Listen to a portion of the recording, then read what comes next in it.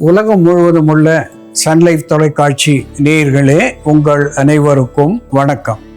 இது நாட்டு மருத்துவம், நலம் தரும் மருத்துவம், எல்லோருக்கும் ஏற்ற பக்க விளைவுகள் இல்லாத, பாதுகாப்பான பண செலவுகள் இல்லாத மருத்துவம்.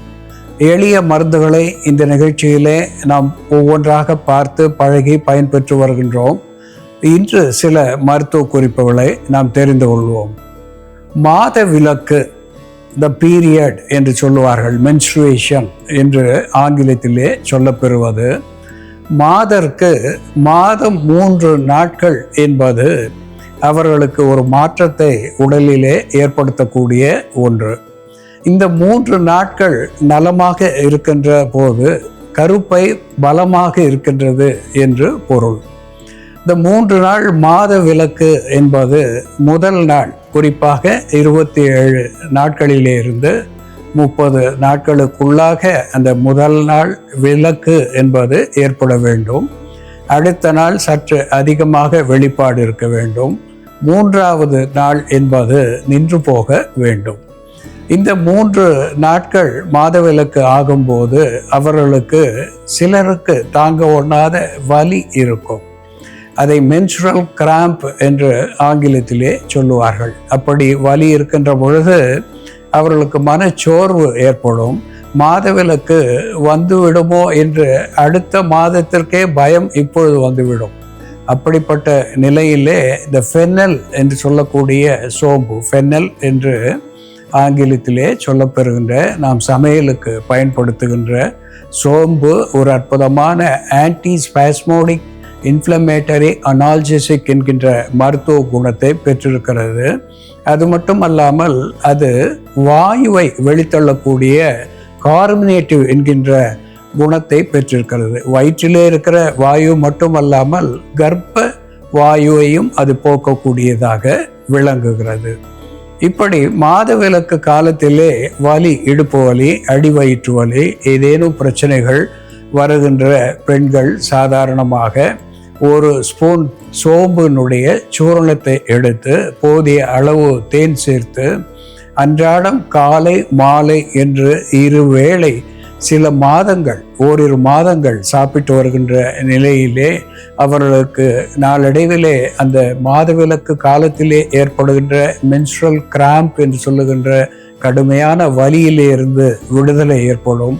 ஒரு சுமூகமான சூழ்நிலையை மாதவிலக்கு காலத்திலே ஏற்படும் என்பதை இங்கே சுட்டிக்காட்ட விரும்புகின்றேன். அன்பான நேயர்களே, ஹைப்பர் பிக்மெண்டேஷன் என்று ஆங்கிலத்திலே சொல்லுவது, குறிப்பாக செம்மையாக இருக்கின்ற தோலினுடைய நிறம் திட்டாக கருமையாவது அல்லது முழுமையாக கருமை அடைவது, முகத்திலே திட்டான கரும் தோல் உற்பத்தியாவது, இப்படிப்பட்ட நிலையை ஹைப்பர் பிக்மெண்டேஷன் என்று சொல்வார்கள். பிக்மெண்டேஷன் என்று சொல்லுகின்ற பொழுது மெலனின் என்கின்ற நிறமி உற்பத்தியை குறிப்பது வழக்கம். ஹைப்பர் என்று சொல்லுகின்ற நிலையிலே அதிகமான நிறமி, கரு நிறம் உற்பத்தியாகிறது என்று பொருளாகும். இப்படிப்பட்ட நிலையிலே அந்த கரு நிறம் உற்பத்தியாவதை தடுத்து தோல் நன்கு மென்மையாக, வெண்மையாக பழைய நிலைக்கு அடைவதற்கு கேரட்டு சாறு ஒரு அற்புதமான மருந்தாகி பயன் தருகிறது. கேரட்டு சாரோடு எலுமிச்சை சாறு சேர்த்து, போதிய பன்னீர் சேர்த்து, அதனோடு தேன் சேர்த்து, கேரட்டு சாறு, எலுமிச்சை சாறு, பன்னீர், தேன், இவை 4ஐயும் ஒன்றாக உறவாடும்படி கலந்து எங்கெல்லாம் கருமை நிறம் அதிகரித்திருக்கிறதோ அங்கெல்லாம் சற்று அழுத்தி தேய்த்து வைத்திருந்து 1 மணி நேரத்துக்கு பிறகு கழுவி விடுவதனாலே நாளடைவிலே இந்த ஹைப்பர் பிக்மெண்டேஷன் என்று சொல்லக்கூடிய கரு நிறத்தை போக்கக்கூடிய ஒரு நல் மருந்தாக இந்த எலுமிச்சை சாறு விளங்கும். இந்த எலுமிச்சை சாறு ஒரு ஹைப்பர் பிக்மெண்டேஷன் என்று சொல்லக்கூடிய நிலையிலே இருந்து ப்ளீச்சிங் என்று சொல்லக்கூடிய வெண்மைப்படுத்துகின்ற பணியை செய்கிறது. கேரட்டு தோலுக்கு ஆரோக்கியத்தை தருகிறது. தேனும் ஆன்டி பாக்டீரியல் என்கின்ற வகையிலே பூஞ்ச காளான்கள், பாக்டீரியாஸ் என்று சொல்லக்கூடிய நுண்கிருமிகள், இவற்றை போக்கக்கூடியதாக விளங்குகிறது என்பதை சுட்டிக்காட்ட விரும்புகின்றேன்.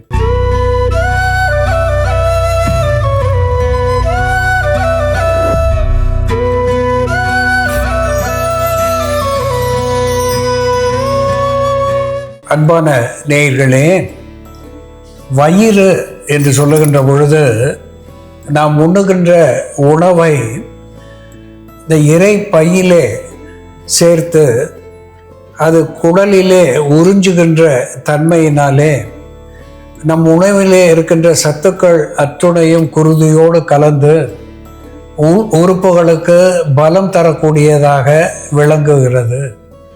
இந்த வயிறு கெடுகின்ற பொழுது செரிமான சீர்கேடுகள் ஏற்படுகிறது. நாம் உண்ட உணவினுடைய பயனோ மருந்தினுடைய பயனோ நமக்கு கிடைக்காமல் போகிறது.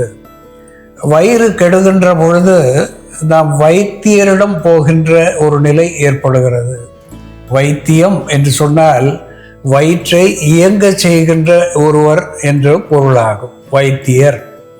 நாம் வைத்தியரிடம் போகாமல் இருப்பதற்கு ஒரு எளிய மருத்துவத்தை இன்று பார்க்க இருக்கின்றோம். குறிப்பாக அஜ்வைன் என்று ஆங்கிலத்திலே சொல்லப்படுவது கேரம் என்று கூட ஆங்கில பெயரை பெற்றிருக்கிறது. ஓமம் என்று தமிழ் பெயரிலே இது அழைக்கப்பெறுகிறது. ஓமமோ என்று தெலுங்கு பாஷையிலே இதற்கு பெயர்.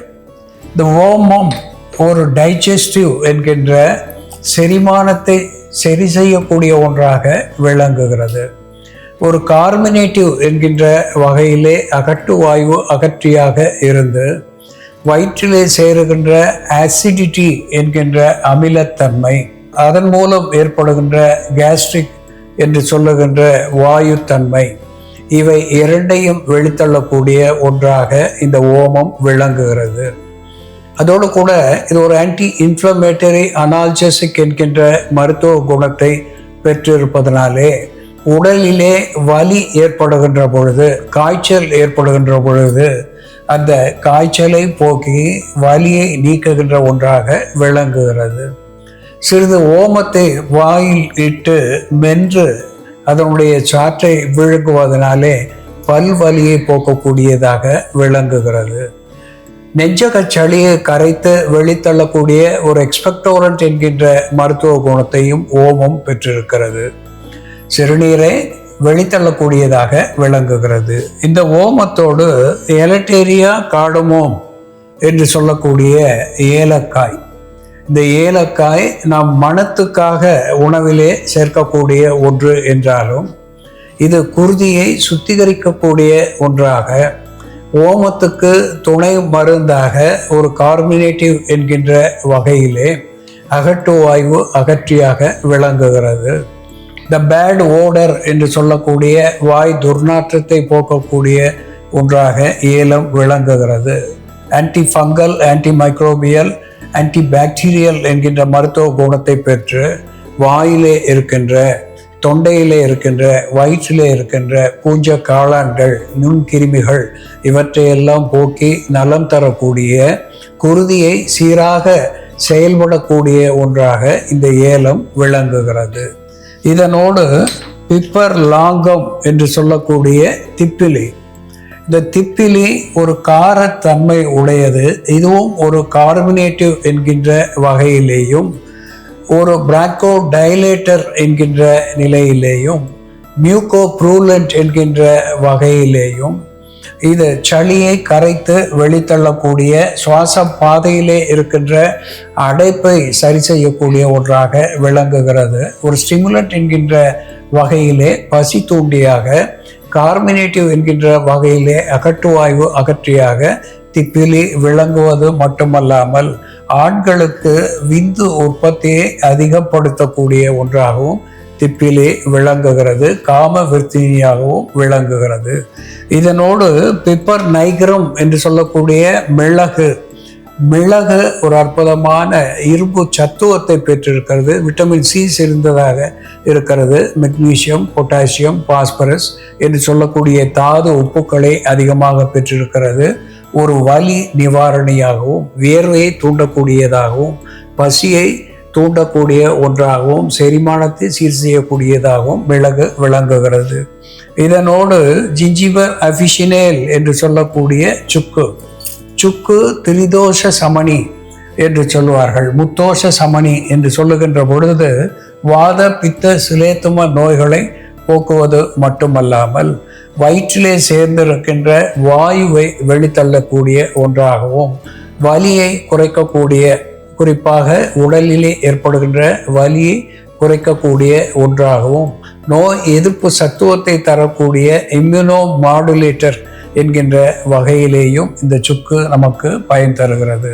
அன்பான நேயர்களே, இந்த சுக்கு, ஓமம் முதலான மருந்துகள் எப்படி நமக்கு பயன் தருகிறது, அவற்றை எப்படி மருந்தாக்கி பயன்பெறுவது என்று செயல்முறையிலே பார்ப்போம். வாருங்கள் நேயர்களே, நாம் இன்னைக்கு சுக்கு, மிளகு, திப்பிலி, ஓமம் மற்றும் ஏலக்காயை பயன்படுத்தி வயிறு கோளாறுகளை சரி செய்யக்கூடிய ஒரு மருந்து, வயிறுக்கு செல்லக்கூடிய இரத்த ஓட்டத்தை அதிகரித்து வயிற்றில் ஏற்படக்கூடிய மந்த நிலையை போக்கக்கூடிய மருந்து, குடலில் உறிஞ்சும் தன்மையை அதிகப்படுத்தக்கூடிய ஒரு மருந்து எப்படி தயார் பண்றதுன்னு பார்க்கலாம். இதற்கு தேவையான பொருட்கள்: சுக்கு, மிளகு, திப்பிலி, ஏலக்காய், ஓமம், நாட்டு சர்க்கரை.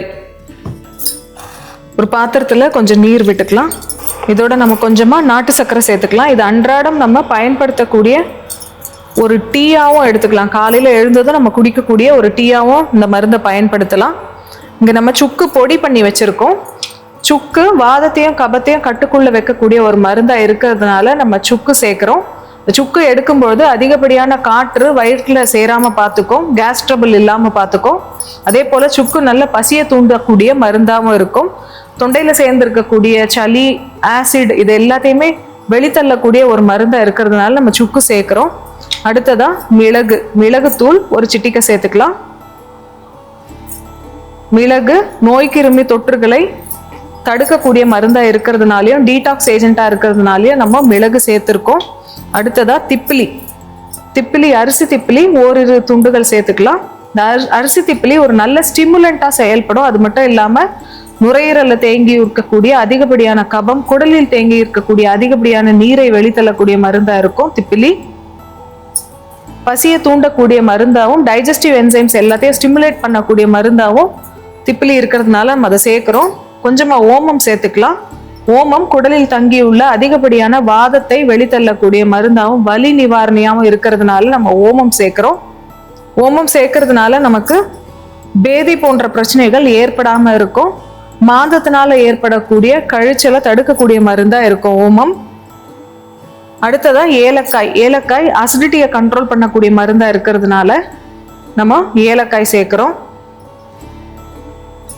இதெல்லாம் சேர்த்து கொதிக்க வச்சு நம்ம ஒரு டீ மாதிரி வடிகட்டி காலையில குடிச்சிட்டு வரும்பொழுது நமக்கு வாதம், பித்தம், கபம் இவை மூன்றும் சமநிலையில இருக்க மாதிரி பார்த்துக்கும். ஏதாவது அதிகமா இருந்தாலும் அதை பேலன்ஸ் பண்ணக்கூடிய ஒரு நேச்சுரல் ஏஜென்ட்டா இது செயல்படும். உடம்புல இருக்கக்கூடிய கழிவுகள் எல்லாம் காலையில வெளித்தள்ளுவதற்கும் செரிமானத்தை தூண்டக்கூடிய மருந்தாகவும் இருக்கும்.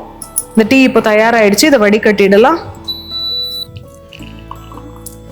முடக்குவாதம், ஆஸ்துமா போன்ற பிரச்சனை இருக்கிறவங்க இந்த டீ ரெகுலராக எடுத்துட்டு வரும்பொழுது அவர்களுக்கு அடிக்கடி லங் இன்ஃபெக்ஷன் ஏற்படாமல் இருக்கும், மூச்சு திணறல் வராமல் தடுக்கும். முடக்குவாதம் இருக்கிறவங்களுக்கும் இது ஒரு வலி நிவாரணியாகவும் செயல்படும். சுக்கு, மிளகு, திப்பிலி, ஏலம், ஓமம் மற்றும் நாட்டு சர்க்கரை சேர்ந்த இந்த டீ தினமும் காலையில் நம்ம ஒரு வேளை பருகிட்டு வரும்பொழுது குடலில் தேங்கியுள்ள அதிகப்படியான வாதத்தை வெளித்தள்ளக்கூடிய மருந்தாகவும், கேஸ் ட்ரபிள், அசிடிட்டியை கண்ட்ரோல் பண்ணக்கூடிய மருந்தாகவும், கீழ்வாதத்தை போக்கக்கூடிய மருந்தாகவும் செயல்படும். அன்பான நேயர்களே, சுக்கு, மிளகு, திப்பிலி இவை மூன்றும் சேர்ந்த ஒரு மருத்துவத்தை திரி கடுகம் என்று வடமொழியிலே ஆயுர்வேதத்திலேயும் சரி, தமிழிலே சித்த மருத்துவத்திலேயும் சரி அழைப்பது வழக்கம்.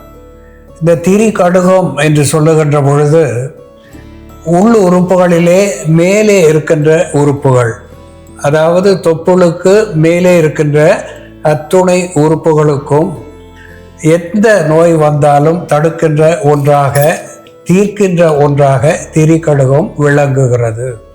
3 கடவுளை போல சிவா, விஷ்ணு, பிரம்மா என்று இந்து மதத்திலே சொல்லுகின்ற காக்கின்ற, ஆக்குகின்ற, அழிக்கின்ற 3 கடவுளை போல விளங்குவது இந்த திரிகடுகம்.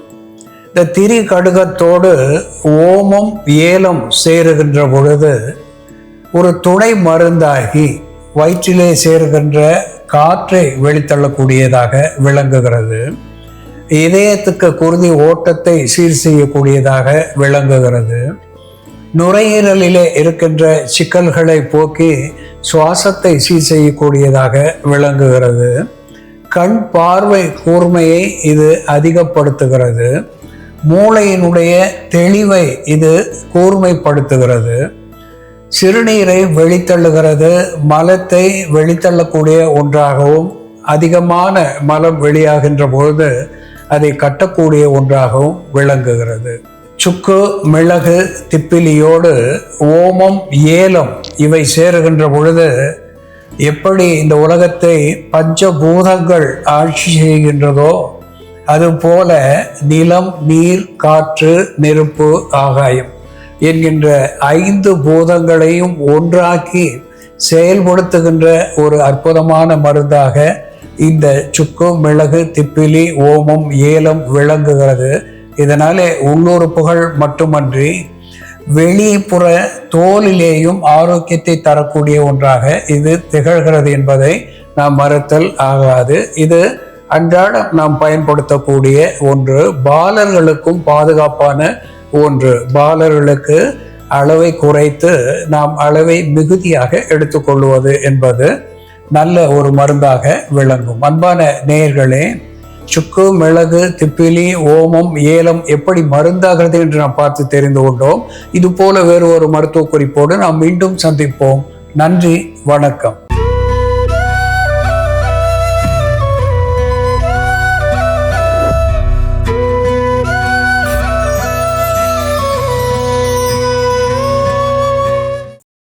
இன்னும் பல வீடியோக்களை காண சன் லைஃப் சேனலை சப்ஸ்கிரைப் பண்ணுங்க.